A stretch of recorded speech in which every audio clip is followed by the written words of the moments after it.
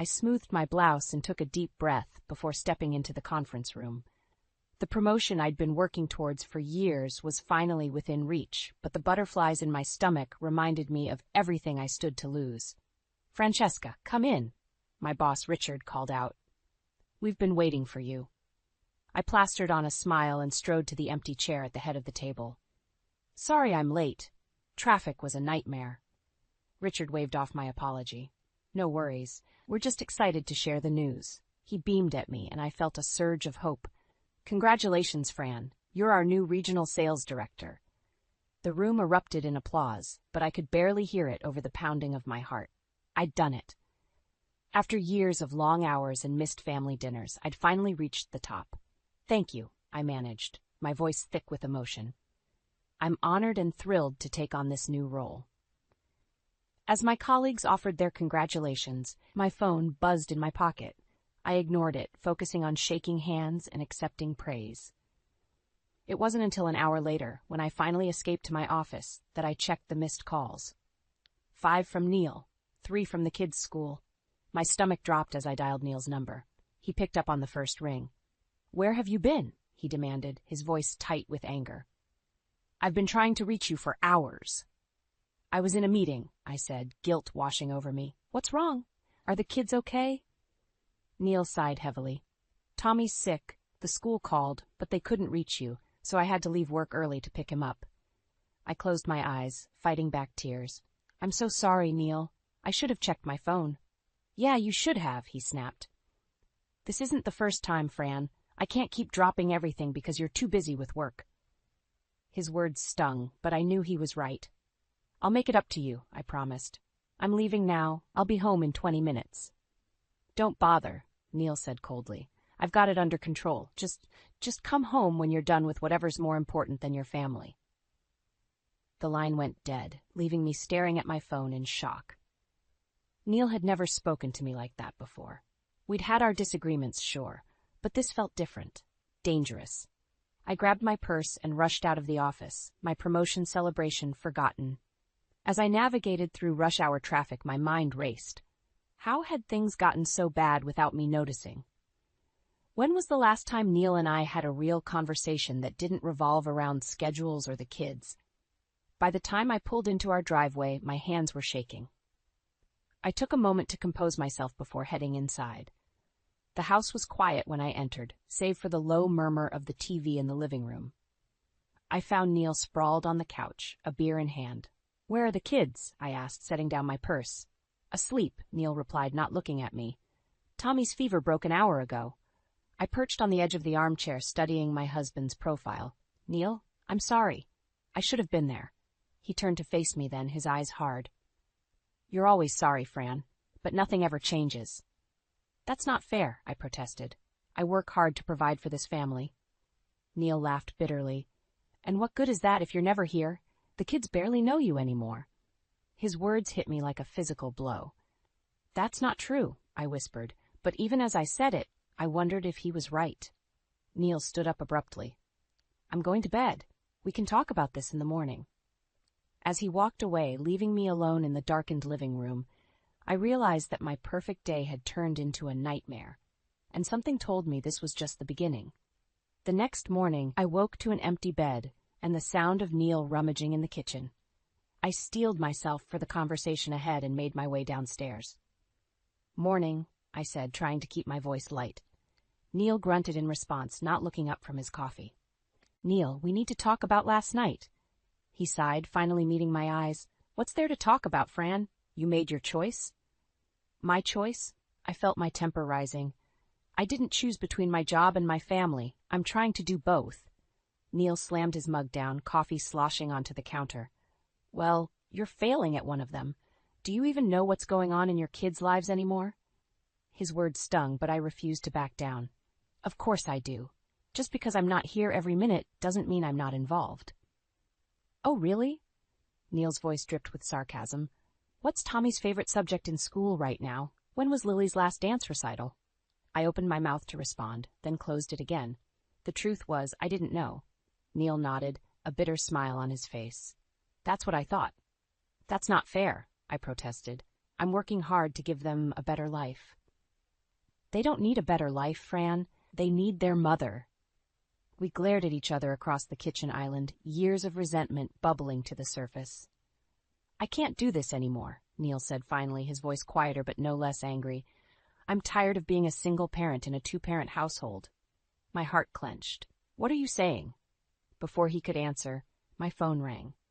I glanced at the screen. It was Richard. Don't you dare answer that, Neil warned. I hesitated, torn between my responsibilities at work and the crisis unfolding in my kitchen. If you take that call, Fran, we're done. I mean it. With shaking hands, I declined the call. There. Are you happy now? Neil laughed humorlessly. No, Fran, I'm not happy. I haven't been happy for a long time. The front door opened, and our children's voices filled the house. Neil and I quickly composed ourselves as Tommy and Lily burst into the kitchen. Mom, you're home, Lily exclaimed, throwing her arms around me. I hugged her tightly, fighting back tears. I am, sweetie. I missed you. As I helped the kids with breakfast, I couldn't shake the feeling that something fundamental had shifted in my marriage. Neil barely spoke, his eyes distant as he mechanically went through the motions of the morning routine. Later that day, I was in my home office when I overheard Neil on the phone in the hallway. I don't know, Sarah. Things are really tense right now, he was saying, his voice low. No, I haven't told her about, it's not the right time. My blood ran cold.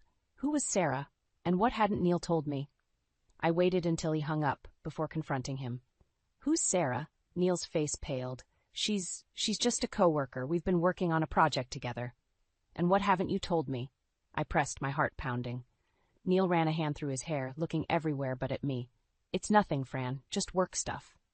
But I could see the guilt in his eyes, the way he fidgeted with his wedding ring. In that moment, I knew our marriage was in far more trouble than I'd realized. Neil, I said, my voice barely above a whisper, are you having an affair? The silence that followed was deafening.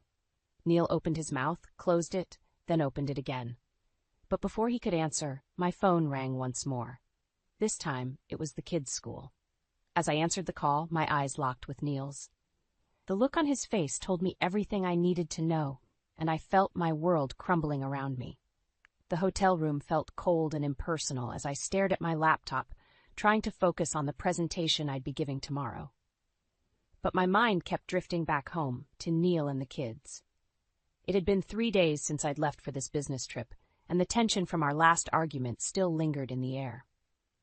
My phone buzzed, and I felt a mixture of relief and anxiety when I saw it was Tommy calling. Hey, sweetie, I answered, forcing cheerfulness into my voice. How are you? Hi, Mom, Tommy said, his voice small and uncertain. When are you coming home? My heart clenched. In 2 days, honey. Is everything okay? There was a pause, and I could hear Lily's voice in the background. Yeah, I guess, Tommy finally replied. It's just, Dad's been acting weird. I sat up straighter, my mom instincts on high alert. Weird how? He's not home much, Lily chimed in, having apparently grabbed the phone from her brother. And when he is, he's always on his phone or leaving to run errands. A cold feeling settled in my stomach. Have you two been alone a lot? Mrs. Johnson from next door has been checking on us, Tommy said. But yeah, kinda. I closed my eyes, fighting back a wave of anger and fear. Okay, listen to me, I said, keeping my voice calm. I want you both to go to Mrs. Johnson's house right now. Tell her I called and asked her to keep you there until I can reach your father.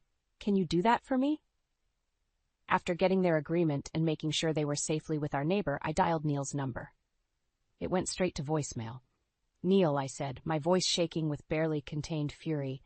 Call me back immediately. We need to talk about why our children are home alone while you're out God knows where. I paced the hotel room, my mind racing. Was Neil with Sarah? Had he abandoned our family for her? The thought made me sick. An hour passed with no word from Neil. I called Mrs. Johnson, who confirmed the kids were safe with her.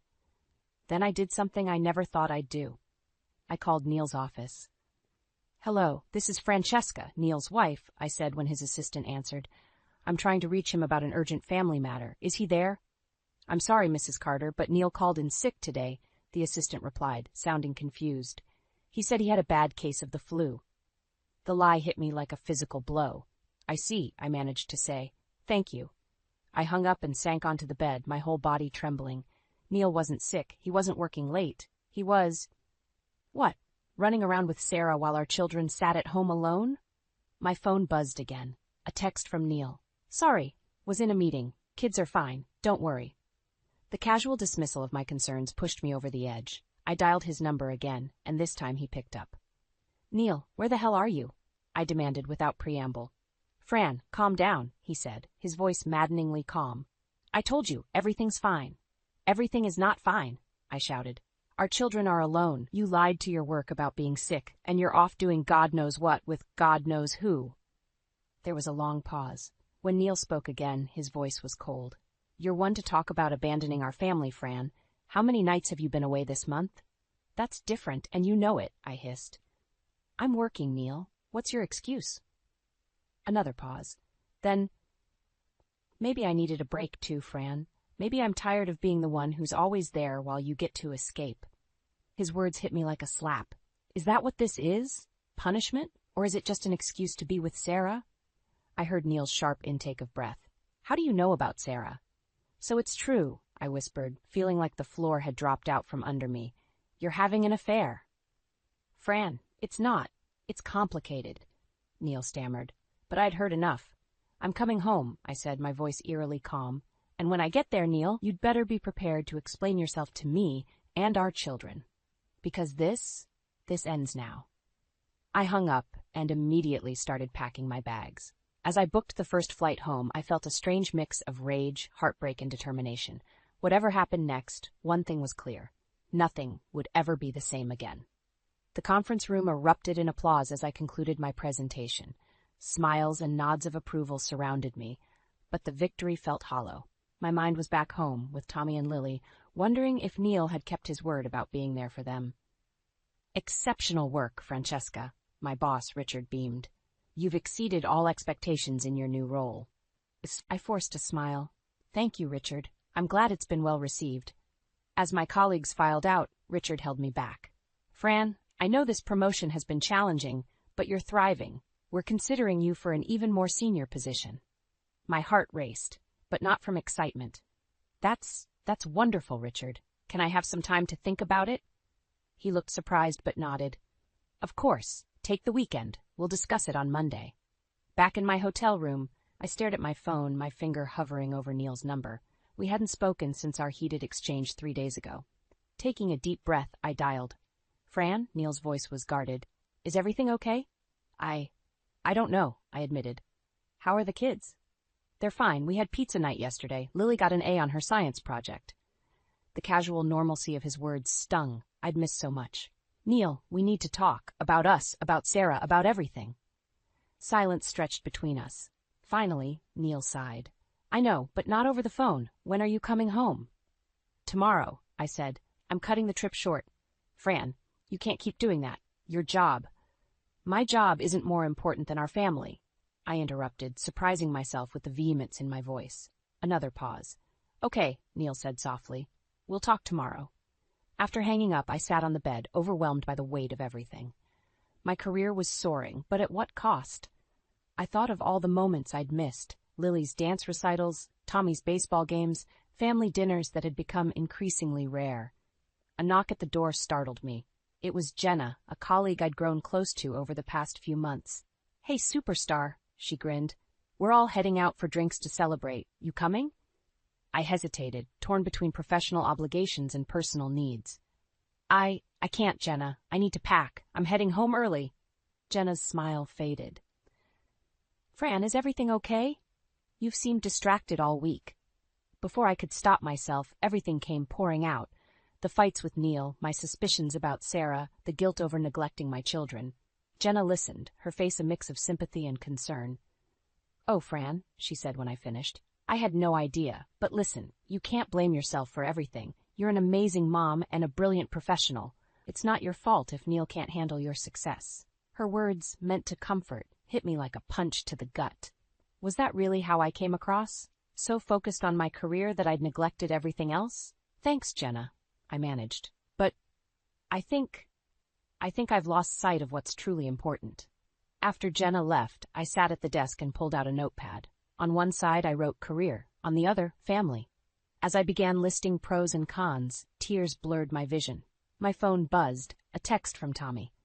"Miss you, Mom. Can't wait till you're home." In that moment, clarity washed over me.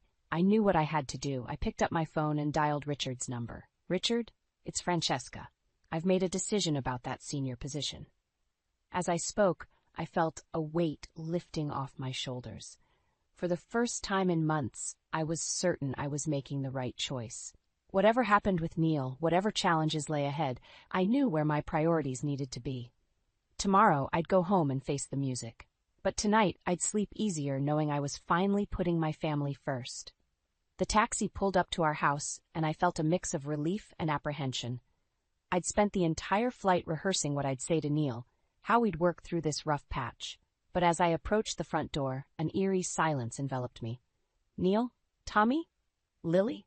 I called out, my voice echoing through the empty rooms. No response. Panic rising, I rushed from room to room, finding nothing but unmade beds and half-empty closets. In the kitchen, a yellow sticky note on the fridge caught my eye. Neil's hasty scrawl read, "Kids are at Mrs. Johnson's. We need to talk. I'll call you." My hands shook as I dialed Mrs. Johnson's number. "Francesca, dear," she answered. "The children are fine. Neil dropped them off yesterday, said there was a family emergency." "Yesterday," I choked out. "How long were you supposed to keep them?" A pause. "Well, Neil wasn't specific. Is everything all right?" I mumbled some excuse and hung up, my mind reeling. Neil had left our children with a neighbor indefinitely? What kind of family emergency could possibly justify this? As if on cue, my phone buzzed with a text from Neil. "I'm sorry. I couldn't do it anymore. I'm with Sarah. We'll figure out arrangements for the kids later." The world tilted on its axis. I stumbled to the couch, reading and rereading the message, unable to process the casual cruelty of his words. A knock at the door jolted me back to reality. It was Tommy and Lily, faces bright with excitement at seeing me home early. "Mom," Lily cried, throwing herself into my arms. "We missed you so much." Tommy, ever the observant one, furrowed his brow. "Where's Dad?" "Mrs. Johnson said he had to go away for a while." I swallowed hard, forcing a smile. "Your father, he had to take care of something. Squawk, but don't worry. I'm here now." As I helped them unpack, my mind raced. How could I tell them their father had abandoned us? How could I protect them from the pain I was feeling? That night, after tucking the kids in, I sat at the kitchen table staring at Neil's note. Anger, betrayal, and fear warred within me. I thought about calling him, demanding explanations, but what good would that do? Instead, I pulled out my laptop and started researching. Divorce lawyers, child custody laws, financial advisors. With each click, my resolve strengthened. Neil might have walked out on us, but I wouldn't let him destroy our family. As dawn broke, I had a plan. I'd fight for full custody, ensure financial stability for the kids, and rebuild our lives, with or without Neil. My phone buzzed again. "Neil, can we talk? I want to explain." I stared at the message, my finger hovering over the reply button.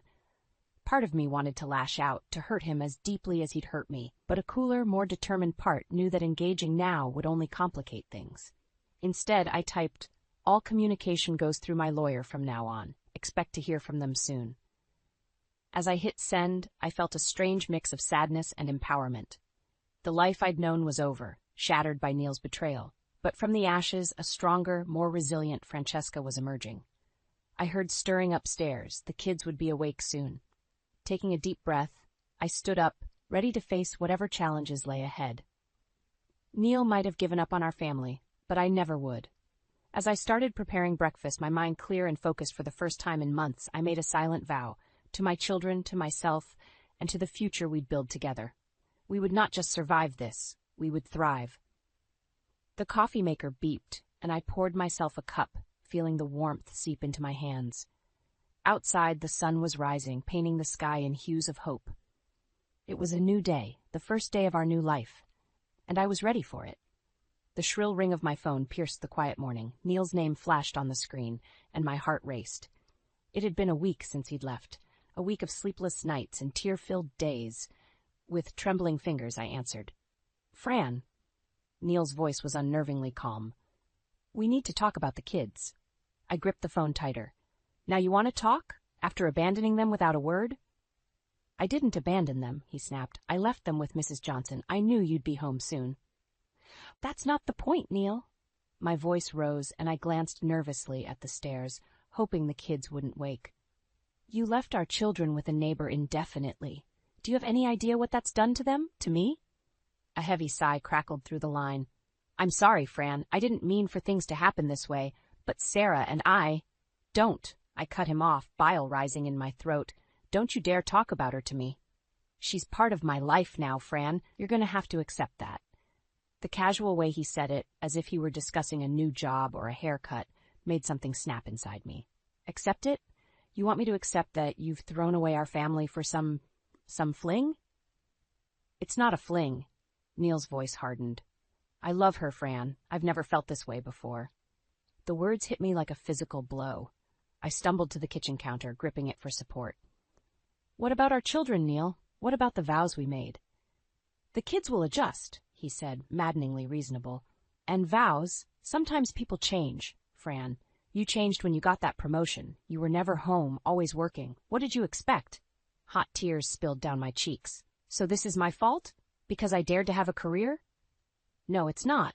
Look, I didn't call to argue. I want to see the kids this weekend. I'll pick them up Friday after school. Absolutely not, I hissed. You don't get to waltz in and out of their lives like nothing happened. They're my children too, Fran. You can't keep them from me. Watch me, I spat, then hung up. My hands shook as I set the phone down. The unfairness of it all threatened to overwhelm me. Neil had betrayed us, left us, and now he wanted to play happy families on the weekends? I heard movement upstairs. The kids were awake. Wiping my eyes, I tried to compose myself, but as I reached for the cereal bowls, a wave of dizziness washed over me. The room spun, and I found myself on the kitchen floor, gasping for air. Mom? Tommy's worried voice came from the doorway. Mom, are you okay?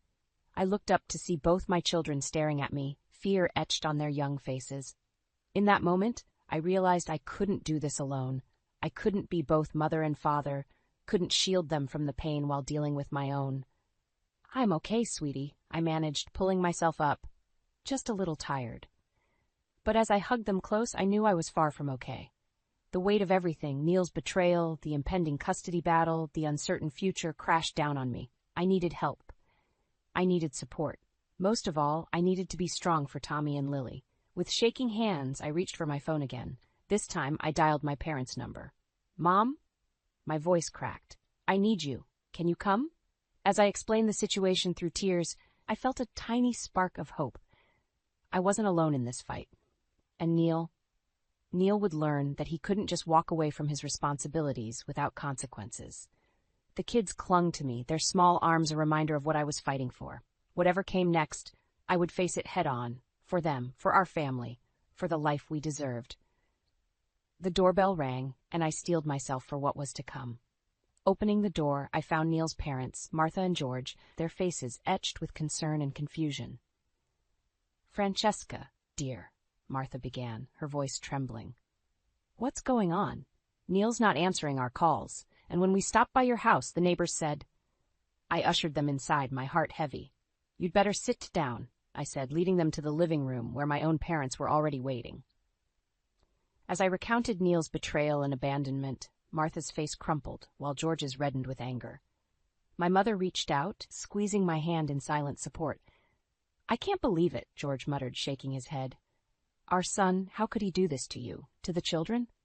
Martha dabbed at her eyes with a tissue. We raised him better than this, Francesca. I'm so sorry. Their genuine shock and remorse hit me harder than I expected. I'd been bracing for denial, for them to take Neil's side. Instead, their support washed over me like a balm. We'll talk to him, George said firmly. Make him see reason. I shook my head. I appreciate that, but I don't think it'll help. Neil's made his choice. Just then my phone buzzed. A text from Neil. I'm coming to get the kids. Be there in 10. Panic surged through me. He's on his way, I choked out. He wants to take the children. My father stood up, his face set. He's not taking those kids anywhere. The next 10 minutes were a blur of activity. My parents ushered Tommy and Lily upstairs, while Neil's parents positioned themselves near the front door, ready to intercept their son. When Neil's car pulled up, I felt like I might be sick. But as he approached the house, a strange calm settled over me. This was it, the moment I'd been dreading and preparing for. Neil's face registered shock when he saw his parents. Mom? Dad? What are you doing here? We could ask you the same thing, son. George's voice was cold. What do you think you're doing? Neil's eyes darted to me. I'm here to see my children. Fran can't keep them from me. You left them, I said, my voice steadier than I felt. You abandoned our family for another woman. You don't get to waltz back in like nothing happened. I didn't abandon them, Neil shouted. I left them with a neighbor. I knew you'd be back soon. Martha stepped forward, her eyes brimming with tears. Neil, how could you? Those children need their father. They'll still have me, Neil insisted. Sarah and we can provide a loving home. Sarah? George's voice thundered. You're throwing away your family for some homewrecker? Neil's face hardened. Don't talk about her like that. She understands me in a way Fran never did. The words hit me like a physical blow, but I refused to let him see how much they hurt. Understanding doesn't excuse betrayal, Neil. You made vows. You have responsibilities. Vows? Neil laughed bitterly. What about your vows, Fran? You were never here, always working, always putting your career first. That's not fair, my mother interjected. Francesca has been an amazing mother and wife. Neil's eyes flashed. Stay out of this. It's between me and Fran.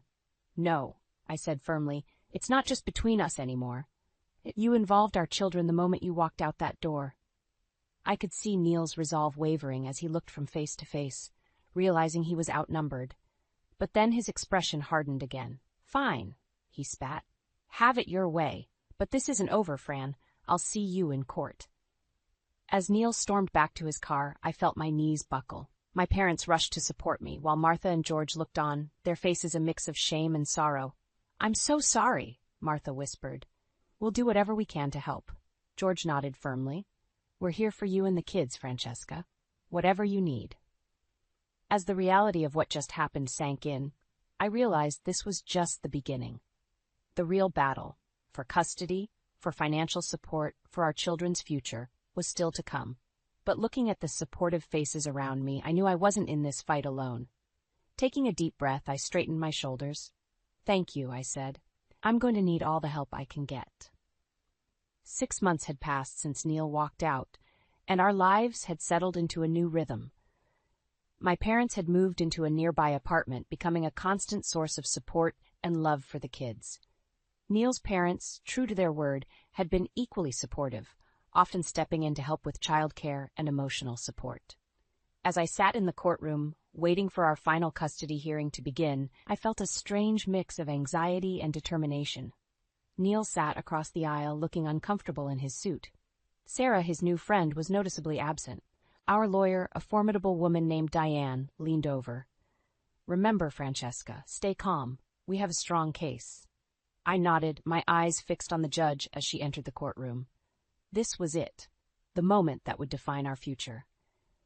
As the proceedings began, I listened with growing disbelief as Neil's lawyer painted a picture of me as a career-obsessed mother who had neglected her family. They brought up my long hours, my business trips, even my recent promotion. When it was our turn, Diane stood, her voice clear and confident. Your Honor, my client has been nothing but a devoted mother. Her career success doesn't diminish her parenting, it enhances it. She provides stability, financial security, and a strong role model for her children. She then presented evidence of Neil's abandonment, his sporadic visits, and his failure to provide consistent child support. As she spoke, I saw Neil's face grow increasingly pale. The judge listened intently, her expression unreadable. When both sides had presented their cases, she called a brief recess to consider her decision. Those 15 minutes felt like an eternity. I closed my eyes, thinking of Tommy and Lily, of all we'd been through. Whatever happened, I knew I'd never stop fighting for them. When the judge returned, the courtroom fell silent. After careful consideration, she began, I've reached a decision. Primary custody will be awarded to Francesca Carter, with Neil Carter granted visitation rights every other weekend and shared holidays. Relief washed over me like a tidal wave. I barely heard the rest of the judge's words as she outlined the child support arrangements and other details. As we left the courtroom, Neil approached me, his face a mix of emotions. Fran, I'm sorry for everything. I looked at him, this man I'd once loved, now a stranger. I'm not the one you need to apologize to, Neil. It's our children who've suffered the most. He nodded, looking genuinely remorseful for the first time. I know, I want to make things right with them. Can we work something out? Beyond what the court ordered? I considered his words carefully. For the kids' sake, I'm willing to try. But you need to prove yourself, Neil. They need consistency, not just promises. As Neil walked away, I felt a weight lift from my shoulders. We had a long road ahead, but for the first time in months, I felt hope for our future. Outside the courthouse, my parents and Neil's were waiting. Their faces lit up when they saw my expression. We won, I said simply, and was engulfed in a group hug. As we drove home, my mother squeezed my hand. I'm so proud of you, sweetheart. You've shown such strength through all of this. I smiled, thinking of the journey we'd been on. I couldn't have done it without all of you. Walking into our house, my house now, I was greeted by the excited shouts of Tommy and Lily. As I hugged them close, I realized that this was the true victory. Not the court decision, but the love and resilience of our little family. That night, as I tucked the kids into bed, Lily looked up at me with serious eyes. Mom, are we going to be okay? I kissed her forehead, my heart full. Yes, sweetheart. We're going to be more than okay. We're going to be wonderful. As I closed their bedroom door, I felt a sense of peace wash over me. The road ahead wouldn't be easy, but we'd face it together. Neil's betrayal had shaken our world, but it hadn't broken us. Instead, it had revealed a strength I never knew I had. Tomorrow would bring new challenges, but tonight, surrounded by the love of my family, I knew we could handle anything life threw our way. We weren't just survivors, we were thrivers, and our story was far from over.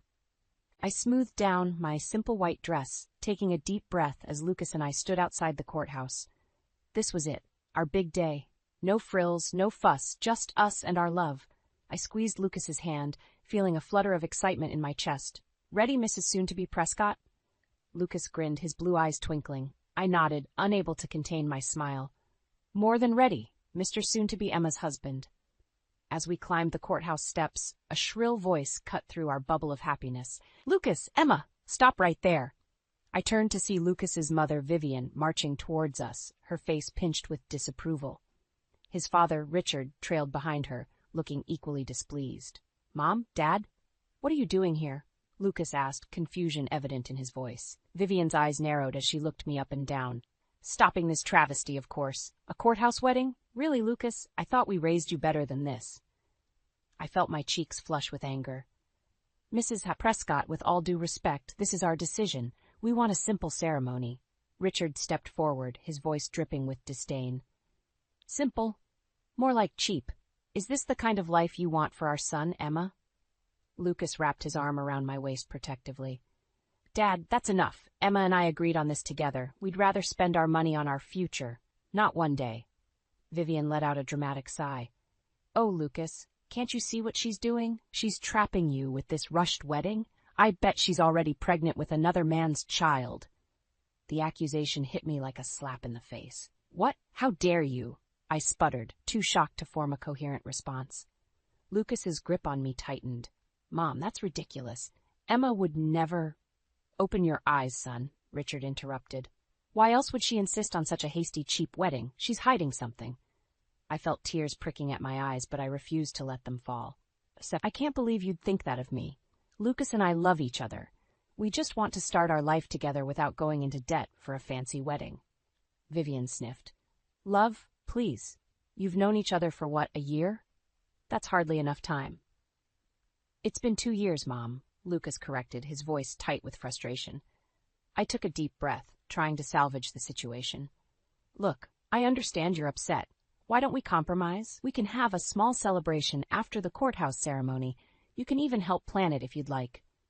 Vivian's eyes lit up for a moment before narrowing again. A small celebration? That's hardly befitting the Prescott name. No, this won't do at all. Lucas ran a hand through his hair, clearly exasperated. Mom, Dad, please, this is supposed to be a happy day for Emma and me. Can't you just support us? Richard shook his head. Support you throwing your life away? I think not. Emma's clearly not good enough for this family if she can't even give you a proper wedding. I felt my heart sink. How had our perfect day turned into this nightmare? I looked up at Lucas, seeing the conflict in his eyes. He was torn between his love for me and his desire to please his parents. Maybe, Lucas started, his voice hesitant. Maybe we should reconsider the courthouse wedding. I stepped back, hurt and disbelief washing over me. Lucas, you can't be serious? This is what we wanted. He wouldn't meet my eyes. I know, but maybe my parents have a point. We should at least think about it. As I stood there, caught between the man I loved and his judgmental parents, I realized our simple wedding day had just become the beginning of a much larger battle. One that would test not just our love, but our very identities and values. I paced our small living room, my mind racing. The courthouse wedding fiasco was still fresh, and Lucas sat on the couch, his head in his hands. We needed a solution, and fast. Lucas, I said, stopping in front of him, we need to address your parents' accusations. I can't believe they think I'm pregnant with someone else's child. He looked up, his eyes weary. I know, Emma, it's ridiculous, but you know how they are. I took a deep breath. I have an idea. What if we compromise? We'll have a small, tasteful wedding celebration. Nothing too extravagant, but enough to show them we're serious. Lucas perked up. That might actually work, but will it be enough for them? We can invite them to the photo shoot, I suggested. Make them feel involved. Maybe if they see us together happy, they'll come around.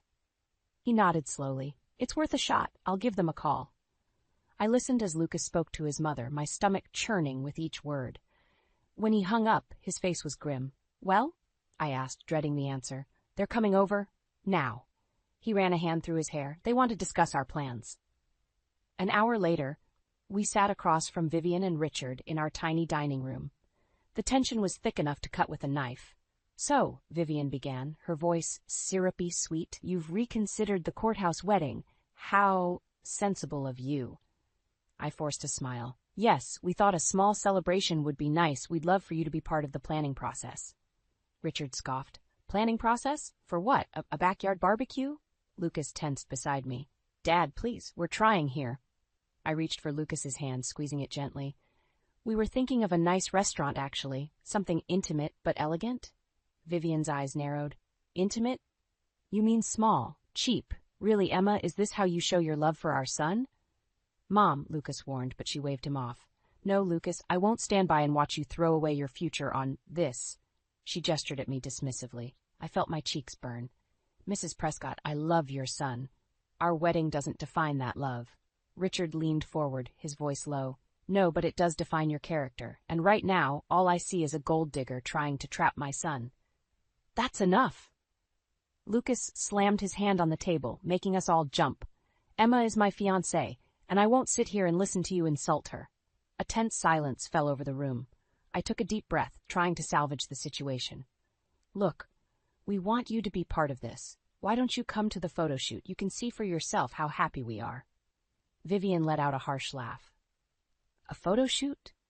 Let me guess, in the park with some amateur photographer friend of yours? I bit my lip, fighting back tears. We haven't decided on the details yet. Richard stood up abruptly. This is absurd. Lucas, can't you see what she's doing to you? She's turning you against your own family. Lucas rose to meet his father's gaze. No, Dad. You're doing that all on your own. As Richard and Vivian stormed out, slamming the door behind them, I collapsed into Lucas's arms, finally letting the tears fall. I'm so sorry, Emma, he whispered, stroking my hair. I never thought they'd react like this. I pulled back, wiping my eyes. Lucas, maybe we should just elope. This is tearing your family apart. He cupped my face in his hands. No, we'll figure this out. I promise. As we stood there, holding each other, I couldn't shake the feeling that this was just the beginning of our troubles. The small wedding we'd envisioned seemed to be slipping further and further away, and I wondered if our relationship could withstand the storm that was brewing. I nervously smoothed my skirt as Lucas and I sat in my parents' cozy living room. The familiar scent of Mom's lavender candles usually calmed me, but today nothing could ease the knot in my stomach. Honey, are you sure about this courthouse wedding? Mom asked, her brow furrowed with concern. It seems so impersonal. Dad leaned forward, his kind eyes meeting mine. We support you, Pumpkin, but is this really what you want? I glanced at Lucas, who squeezed my hand reassuringly. We thought it was, I began, but after everything with Lucas's parents. They were horrible to Emma, Lucas interjected, his voice tight with anger. Accused her of being pregnant with another man's child, called her a gold digger. Mom gasped. They didn't. I nodded, fighting back tears. They did. We tried to compromise with a small celebration, but they shot that down too. Dad's face darkened. That's unacceptable. No one treats my daughter that way. We know, Dad, I said quickly, not wanting to escalate the situation further. That's why we're here. We need advice. Mom reached out, patting my knee. Well, sweetie, I understand wanting to keep things simple, but a small ceremony doesn't have to mean a courthouse. Lucas perked up. What do you mean? Why not have an intimate wedding here? Mom suggested. We could set up the backyard, invite close family and friends. It would be personal and meaningful. I felt a spark of hope ignite in my chest. That actually sounds perfect. Dad nodded approvingly. And it wouldn't break the bank. Win-win. Lucas and I exchanged glances, a silent conversation passing between us. Finally, he smiled. I think we've found our solution. As we ironed out the details, I felt the weight lifting from my shoulders. This was it, the perfect compromise. But our newfound peace was short-lived. Later that evening, as Lucas and I cuddled on the couch, his phone buzzed. He glanced at it, his face immediately clouding over. What is it? I asked, dread creeping into my voice. He handed me the phone, and I read the text from his mother. We've booked the Grand Plaza Hotel for your wedding. No need to thank us. It's the least we can do to salvage this situation. I felt the blood drain from my face. They didn't. Lucas ran a hand through his hair, frustration evident in every movement. They did. God, I can't believe them. I stood up, pacing the room. This is too much, Lucas. They're completely disregarding our wishes. He nodded, his jaw clenched. I know. I'll call them right now and put an end to this. I listened as Lucas dialed, my heart racing. But as soon as his mother answered, I knew we were in trouble. Mom, you can't just book a venue without consulting us, Lucas said, his voice strained. I could hear Vivian's shrill voice through the phone. Of course we can, darling. The Grand Plaza is perfect for a Prescott wedding. You'll thank us later. But we don't want. Now. Vivian interrupted. We've already put down a non-refundable deposit. It would be such a shame to waste it. I watched as Lucas's resolve crumbled. Well, think about it, Mom. As he hung up, I felt my world tilting on its axis. Lucas, please tell me we're not considering this. He wouldn't meet my eyes. Emma, they've already paid. Maybe we should just go along with it, to keep the peace. I stared at him, disbelief and hurt washing over me. Keep the peace? Lucas, they're steamrolling us. This isn't what we wanted. I know, but no buts. I cut him off, anger rising in my chest. This is our wedding, not theirs. We need to stand our ground. Lucas stood, reaching for me, but I stepped back. Emma, please, let's just sleep on it, okay? As I looked at him, torn between love and frustration, I realized we were at a crossroads. Our simple wedding dream was slipping away, and with it, possibly our relationship. I had to decide, stand firm and risk alienating Lucas's family, or give in and lose a piece of myself in the process. The choice loomed before me, as daunting as the Grand Plaza Hotel itself. I stood in the opulent lobby of the Grand Plaza Hotel, feeling like a fish out of water. The crystal chandeliers and marble floors screamed excess, everything Lucas and I had wanted to avoid. Yet here we were, about to tour the venue his parents had so generously gifted us. Isn't it marvelous, darling? Vivian's voice dripped with satisfaction as she swept into the lobby, Richard close behind. I forced a smile. It's certainly grand. Lucas squeezed my hand, a silent plea for patience. Mom, Dad, we appreciate the gesture, but... Now, Richard cut in. Let's see the ballroom before we discuss anything. As we followed the event coordinator, a perky blonde named Tiffany, I couldn't shake the feeling of being trapped. Each step deeper into the hotel felt like another nail in the coffin of our simple wedding dreams. The ballroom was a spectacle of gilt and grandeur. Tiffany's voice faded into background noise as she rattled off seating capacities and catering options. All I could focus on was the growing pit in my stomach. Emma? Lucas's voice snapped me back to reality. What do you think? I looked around, seeing the expectant faces of Lucas, his parents, and Tiffany. The weight of their gazes pressed down on me, suffocating. I need some air, I managed to choke out before fleeing the ballroom. I found myself in a secluded garden, gulping in deep breaths of fresh air. The sound of footsteps made me turn, expecting Lucas. Instead, I found myself face to face with Richard. Running away won't solve anything, you know, he said, his tone surprisingly gentle. I bristled. I'm not running away, I'm just overwhelmed. He nodded, looking thoughtful. This isn't what you wanted. The unexpected empathy caught me off guard. No, it's not. Lucas and I wanted something small, intimate. Like your relationship with my son. Richard's eyes narrowed. Tell me, Emma, how well do you really know Lucas? I frowned. What do you mean? We've been together for 2 years. Richard pulled out his phone, tapping the screen before handing it to me. Does this look familiar? My heart dropped as I stared at the image. It was Lucas, arm around a stunning redhead, both laughing at some unseen joke. The timestamp showed it was taken just last week. I don't understand, I stammered, my mind reeling. Richard's voice was cold. That's Melissa, Lucas's ex. They've been meeting up quite frequently, it seems. I shook my head, refusing to believe it. No, there must be some explanation. Lucas wouldn't what? Lie to you? Keep secrets? Richard scoffed. Wake up, Emma. You barely know my son. As if on cue, Lucas's voice called out, Emma, where are you? I handed the phone back to Richard, my hands shaking. I need to go. Think about what I've said, Richard warned as I walked away, and about whether you really want to tie yourself to this family. I found Lucas near the entrance to the garden, concern etched on his face. There you are. Are you okay? I looked at him, really looked at him, searching for any sign of deception. Lucas, who's Melissa? His face paled. What? How do you? So it's true, I whispered, feeling my world crumble around me. Lucas reached for me, but I stepped back. Emma, please, it's not what you think. Let me explain. But I was already moving, pushing past him and Vivian, who had just appeared looking confused. I couldn't breathe, couldn't think. I just knew I had to get out of there. As I burst out of the hotel into the busy street, I realized I was at a crossroads. I could confront Lucas, demand answers, and potentially salvage our relationship. Or I could walk away, protect my heart, and say goodbye to the future we'd planned. The choice loomed before me, as daunting as the Grand Plaza itself. With tears blurring my vision and Lucas's calls fading behind me, I took a deep breath and made my decision. I stood in the bridal boutique, surrounded by a sea of white tulle and satin. Vivian's voice grated on my nerves as she flitted from dress to dress, each more extravagant than the last. Oh, Emma, darling, you simply must try this one. She thrust a monstrosity of beads and ruffles at me.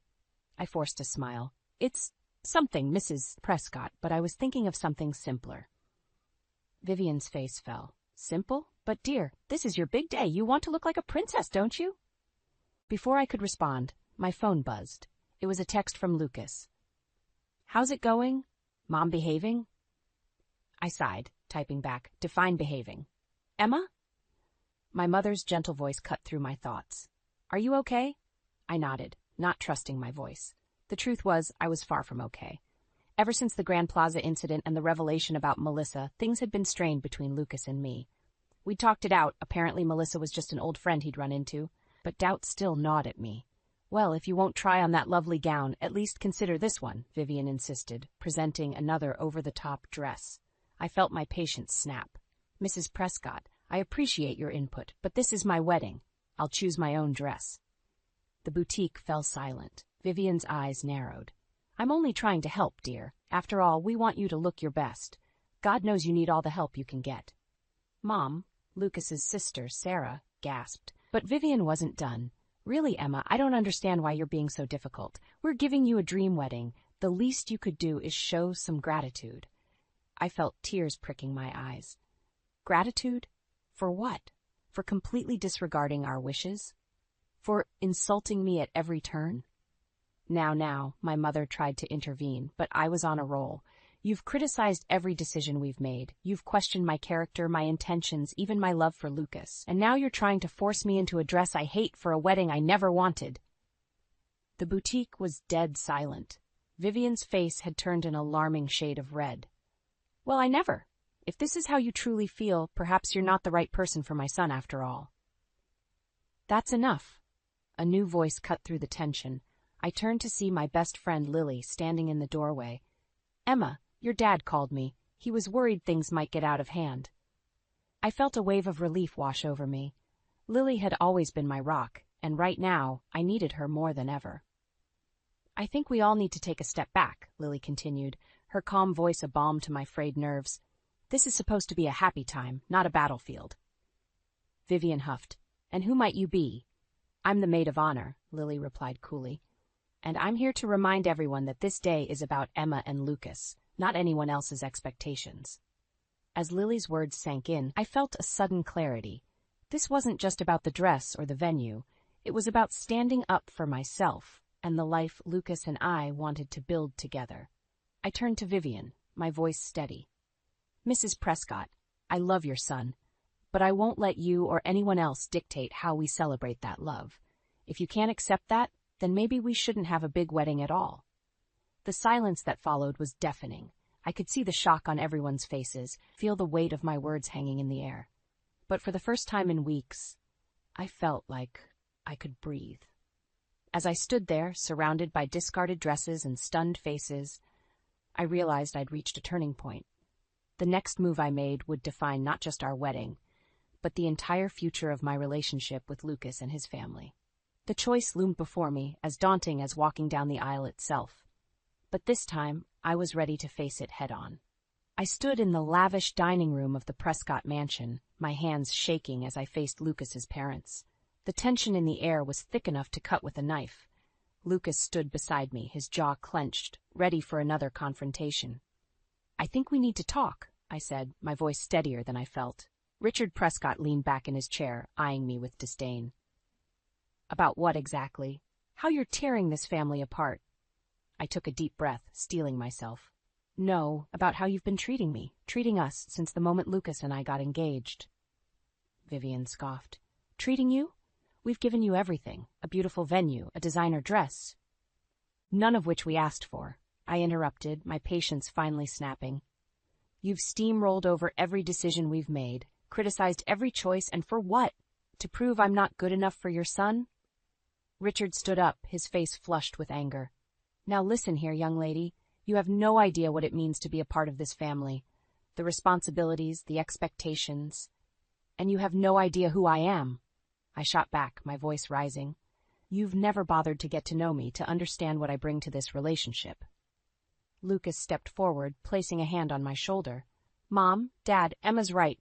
You've been unfair to her from the start." Richard's eyes narrowed. "Unfair? We're trying to protect you, son. This girl," he gestured dismissively at me, "she's not of our world. She can't possibly understand or contribute to the life you're meant to lead." Something inside me snapped. The weeks of criticism, the constant belittling, it all came to a head in that moment. "You want to know what I can contribute? Fine, let me enlighten you." I pulled out my phone, my fingers flying over the screen. "You remember my friend Audrey? The one you dismissed as probably being some wannabe actress?" I held up the phone, showing them a photo of me with a stunningly beautiful woman on a red carpet. Their eyes widened in recognition. That's Audrey Lawrence," Vivian stammered. "The Oscar-winning actress?" I nodded, a grim satisfaction settling over me. "My best friend since childhood. And you see this man here?" I swiped to another photo, this one of me with an older, distinguished-looking gentleman. "That's Congressman Richard Thompson, Audrey's father and my godfather." The room fell silent. Lucas stared at me, shock evident on his face. I'd never told him about my connections, never wanting to be valued for who I knew rather than who I was. Richard sank back into his chair, his face pale. "I had no idea." "Of course you didn't," I said, my voice cold. "You never bothered to ask. You were too busy assuming I was some gold digger after your son's money." Vivian's hand flew to her mouth. "Oh my God, we've made a terrible mistake." I felt tears pricking at my eyes, but I blinked them back. "Yes, you have, but not because of who my friends are. Your mistake was in judging me without ever giving me a chance." Lucas took my hand, squeezing it gently. "Emma, why didn't you tell me?" I turned to him, my heart aching. "Because I wanted you to love me, not for my connections, and I wanted your parents to accept me for who I am, not who I know." The room fell silent again, the weight of my words hanging heavy in the air. Richard and Vivian exchanged glances, their faces a mix of shock and shame. As I stood there, surrounded by the opulence of the Prescott home, I realized we'd reached a crossroads. The truth was out. The power dynamic shifted. But would it be enough to heal the rift between us, or had too much damage already been done? The choice loomed before us all, as daunting as the future we'd once envisioned together. And as I looked at Lucas, seeing the conflict in his eyes, I wondered if our love could survive this final test. The silence in the Prescott mansion was deafening. I stood there, my revelation hanging in the air like a thick fog. Lucas's parents, Richard and Vivian, stared at me with a mixture of shock and disbelief. Richard was the first to break the silence. "Emma, we had no idea." I felt a surge of anger. "Of course you didn't. You were too busy judging me to actually get to know me." Vivian stepped forward, her face pale. "We've made a terrible mistake. Please, let us make it right." Before I could respond, Lucas spoke up. "Make it right? How, Mom? You've spent months tearing Emma down, and now you want to just, what? Pretend it never happened?" I squeezed Lucas's hand, grateful for his support. But the tension in the room was palpable, and I knew we were balancing on a knife's edge. Suddenly, Richard stood up and left the room without a word. We all exchanged confused glances, the silence growing more uncomfortable by the second. When he returned, he was carrying a checkbook. "Emma, Lucas, please accept this as a token of our apology and our blessing for your wedding." He scribbled something and held out a check. My jaw dropped when I saw the amount. It was more money than I'd ever seen in my life. "Mr. Prescott, we can't accept this," I stammered. Lucas nodded in agreement. "Dad, throwing money at the problem isn't going to fix anything." Richard's face fell. But we want to help. We want to give you the wedding you deserve." I felt a surge of frustration. "The wedding we deserve? You mean the wedding you think we should have? This isn't about the money, Mr. Prescott. It's about respect. It's about accepting us and our choices."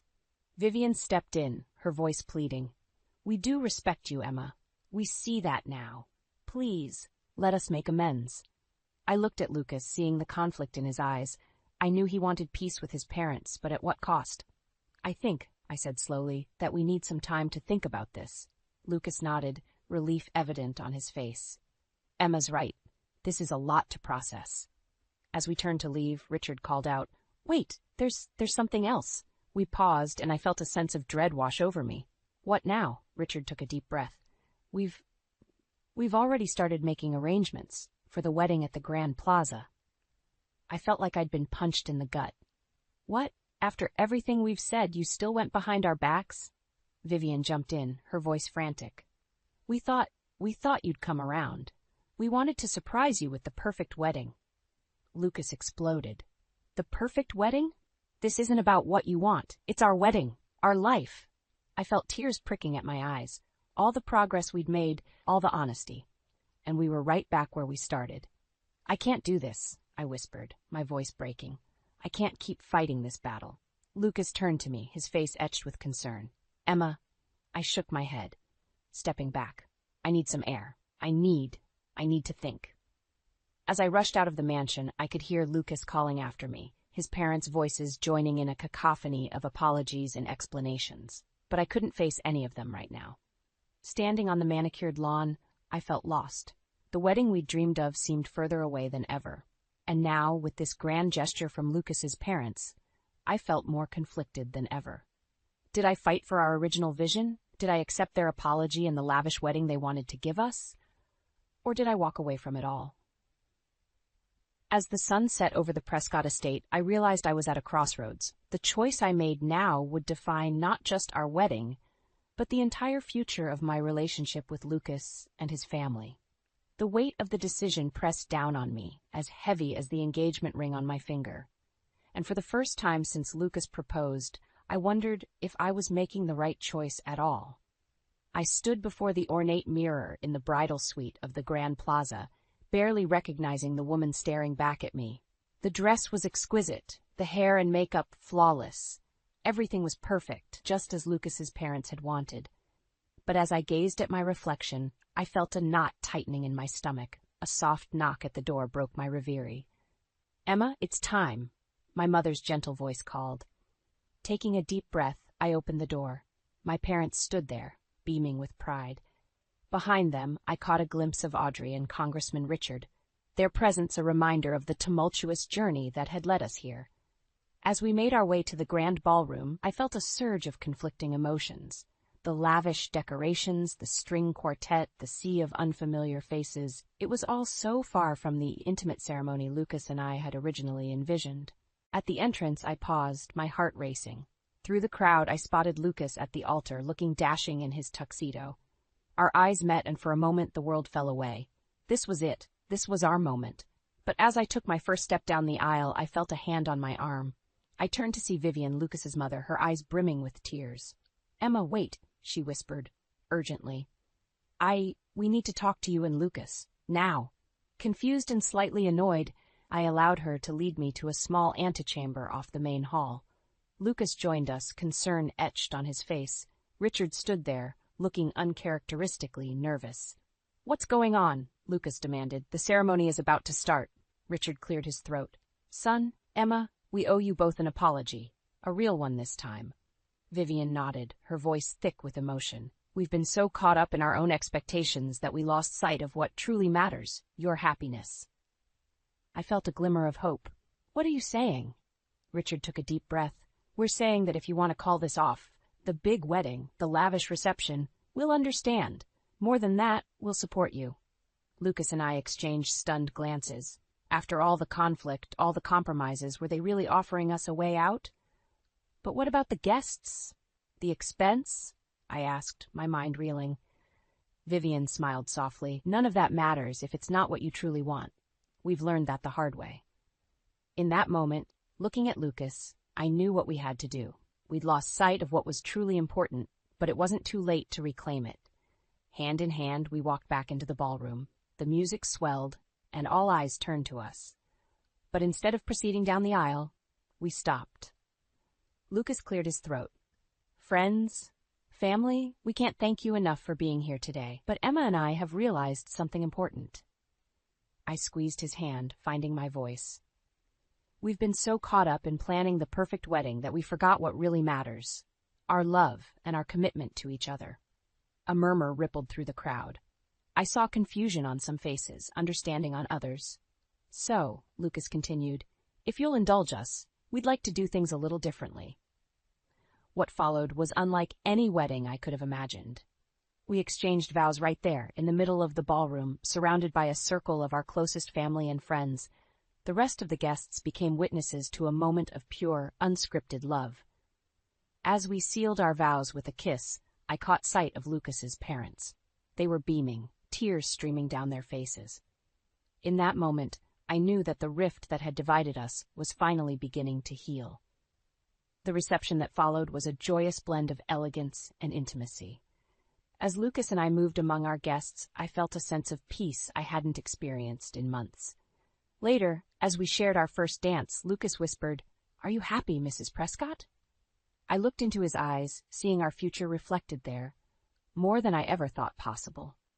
As we twirled under the sparkling chandeliers, I realized that sometimes the perfect ending isn't about having everything go according to plan. It's about finding beauty in the imperfections, strength in the struggles, and love in the most unexpected places. Our journey had been far from smooth, but standing there in Lucas's arms, surrounded by the people we loved, I knew that every twist and turn had led us exactly where we were meant to be.